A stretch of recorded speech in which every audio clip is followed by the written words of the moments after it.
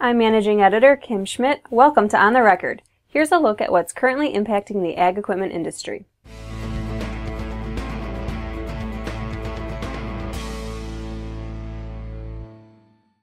Low commodity prices are changing the business conditions farmers and equipment dealers have grown accustomed to over the last several years. I spoke with Michael Bolje, Distinguished Professor of Agriculture Economics at Purdue University, about how the new business landscape for farmers is going to impact ag equipment dealers. He says one of the first things that farmers under financial stress do is reduce their capital outlays. On the grain side of the business, he anticipates we'll see a significant softening of equipment sales, which we're already starting to see in terms of new equipment sales. However, he says those in the livestock side of the business will see some strength, which the latest numbers released by the Association of Equipment Manufacturers supports. Year to date, U.S. sales for tractors under 40 horsepower are up 9.2%, and 40 to 100 horsepower tractor sales are up 7%. He says those in the livestock sector will be facing the opportunity for some additional sales, and those selling to row crop farmers will find the selling season pretty tough. According to Bolje, agriculture is characterized by a short peak, long trough problem. The good times last for a shorter period than the down times. He says the weakening we've begun to see will be sticking around for more than just a few years. Historically, when we had booms followed by weaknesses in the agricultural sector, they've lasted even as long as 10 or more years. Now, it doesn't mean that we're going to stay with the kind of really very low prices we have right now, but it's not going to be getting back to the beans in the mid-teens and $7 corn or even $6 corn. We wouldn't be minding having something closer to $5. Prices will be under pressure for more than just a year or two. On a lighter note, Amazon, the German manufacturer of seeding, spraying, spreading, and cultivating equipment, and New Holland have both recently set ag productivity records. Amazon claims two records, the largest area sprayed within 24 hours and the greatest hourly output.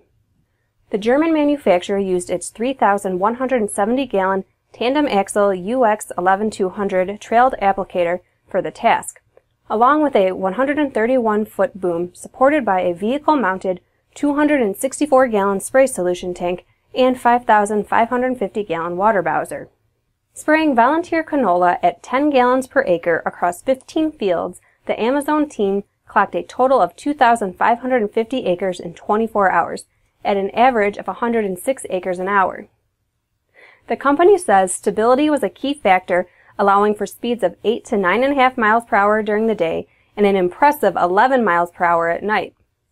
New Holland claimed the Guinness Book of World Records wheat harvesting record at H.R. Bourne & Sons farm in the UK. Using the CR 1090 rotary, the new 653 horsepower flagship of the CR series, New Holland harvested 797.656 metric tons of wheat in just 8 hours, reclaiming the record previously held by Klaas, despite fluctuating temperatures and some light rain.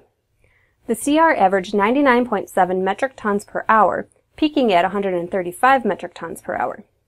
New Holland broke the previous 8-hour record in just 6 hours 36 minutes, and the combine then went on to thresh another 120 metric tons of grain. Now here's Technology Editor Jack Zemlicka with a report from the Technology Corner. Thanks, Kim. Some late-breaking news this week in the precision farming industry.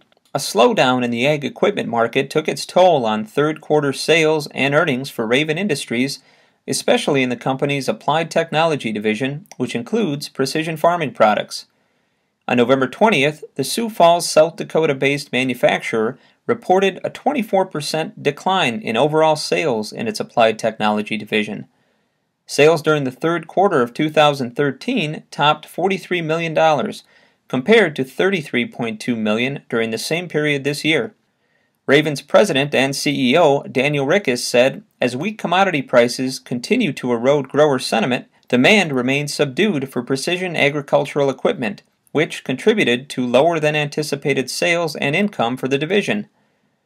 Rickus continued on to say that, historically, Raven has relied heavily on profit contributions from its Applied Technology division, but the company plans to rebalance its profit mix through aggressive growth of Raven's engineered films and Aerostar divisions, while shifting the Applied Technology Division's percent of total operation profit from 65% to about 50% during the next 2 years.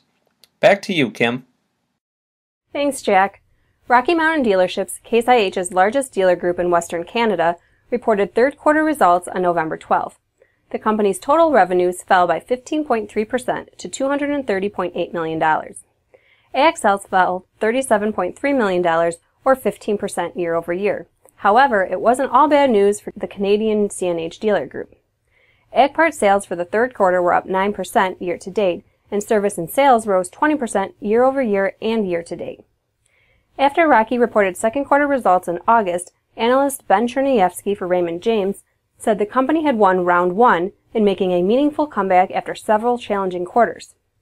In his analysis of the company's third quarter results, he said, "Following the continued margin progress it reported in the third quarter, we would also give Rocky round two.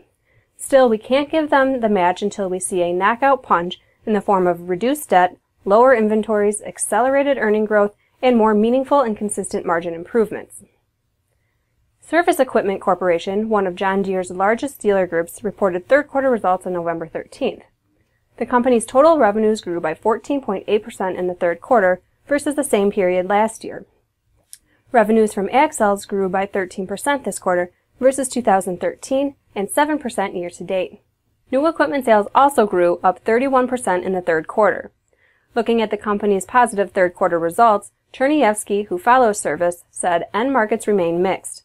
The outlook for the commercial, industrial, and transportation segment is getting less certain in light of lower commodity prices. The same can be said of the ag segment, where the markets for wheat, canola, and other ag products are under pressure. Despite this, Cherniavsky said farm incomes are still relatively strong, as are farmer balance sheets.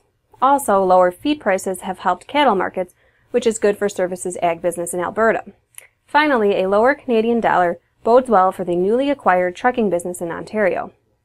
We are counting on 2015 being a much better year for Service as acquisition activity settles down, debt is reduced, and the benefits of scale begin to transpire in the form of earnings acceleration, he said. And now from the Ag Equipment Archives. In 1923, the Baldwin brothers of Nickerson, Kansas developed the first self-propelled Gleaner combine mounted on a Fordson tractor. They decide to use the Gleaner name for their combine based on inspiration from The Gleaners, a famous 1857 painting by Jean-François Millet. With the Gleaner name, the brothers meant to evoke a sense that the combine would leave none of the grain behind on a field. As always, we welcome your feedback. You can send comments to kschmidt@lespub.com. Thanks for watching. I'll see you next time.